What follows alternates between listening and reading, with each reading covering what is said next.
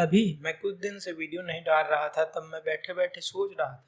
As I am a philosopher and I read philosophies. मेरा काम है सोचना, और एक फिलोसफी पढ़ने के बाद से मेरे मन में ये सोच बैठ गया है, या ये फिलोसफी बैठ गया है कि after a happiness peak sadness has to follow.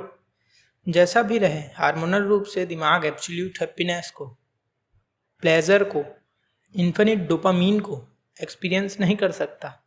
हर एक हाई के बाद एक लो को फॉलो करना ही होगा माइंड के लेवल में, तभी माइंड उस हाई की अहमियत को समझ पाएगा और मैं हैप्पी हुआ था ऐसा कह पाएगा। वरना वो हैप्पी होना ही उसके लिए बोर्डम का कारण बन जाएगा। और साइकोलॉजिस्ट एक्सपेरिमेंट में ऐसा पाया भी जाता है, जब किसी रिवॉर्ड को कंटिन्यूस रखा जाता है, हर बार बंदर को बटन दबाने से कोकेन वाटर मिल जाता है, तो अब उसको हैप्पीनेस नहीं होता कोकेन वाटर से उतना जितना पहली बार में हुआ था, और ये धीरे धीरे धीरे धीरे कम होने लगता है। मगर जैसे ही इसमें एक रैंडमनेस को लाया जाता है, वैसे ही उसका डोपामीन का ग्राफ और ज़्यादा बढ़ जाता है कम होने के वजह। क्योंकि जब एक बार उसको कोकेन वाटर नहीं मिलता तो वो दुखी होता है और वो उम्मीद छोड़ देता है।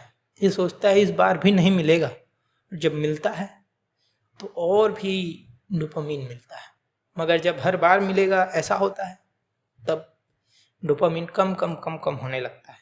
अगर उसी का उल्टा लेकर चलो, दुख ही दुख लेते चले जाओ, तो फिर ये एक्सेप्टेड हो जाएगा कि दुखी है।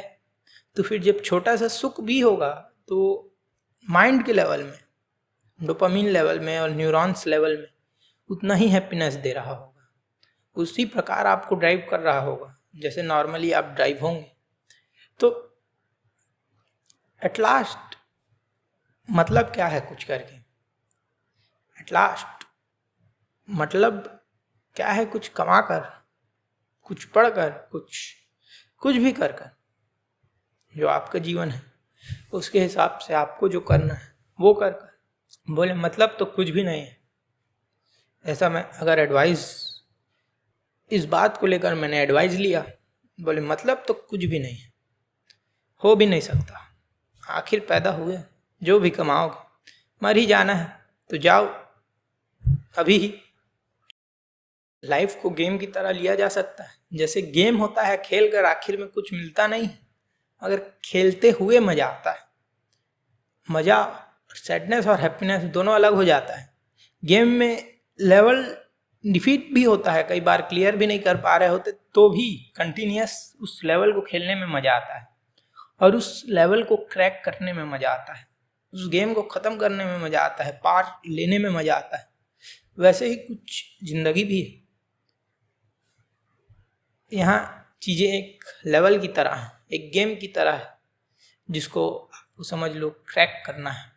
ना ही ये जिंदगी आपकी ड्यूटी है, और ना ही इस जिंदगी में होने वाले कार्यों को आपके ऊपर फोर्सफुली थोपा जा सकता है। कहा जा सकता है कि नीट का एग्जाम क्लियर करो, या कोई भी कंपटीशन एग्जाम क्लियर करो, या अगर आप एक बिजनेसमैन वाले फैमिली से हैं तो बिजनेस करो, या नॉर्मल फैमिली से हैं तो सरकारी नौकरी करो। कुछ भी, सभी ऊपर से थोपी जाती हैं, मगर ये आपका चॉइस है कि आपको ये गेम खेलना है कि नहीं।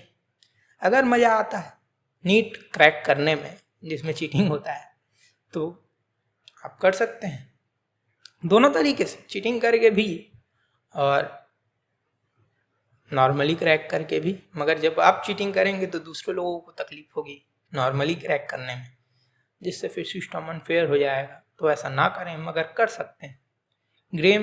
गेम फ्री टू विल है, टोटली फ्री टू विल है, टोटली ओपन वर्ल्ड है, और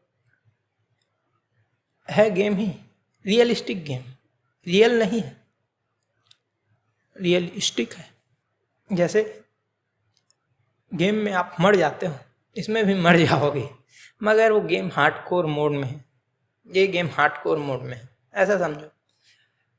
और बस जितना डिटैचमेंट एक गेम से होता है, उतना ही डिटैचमेंट यहाँ से भी है।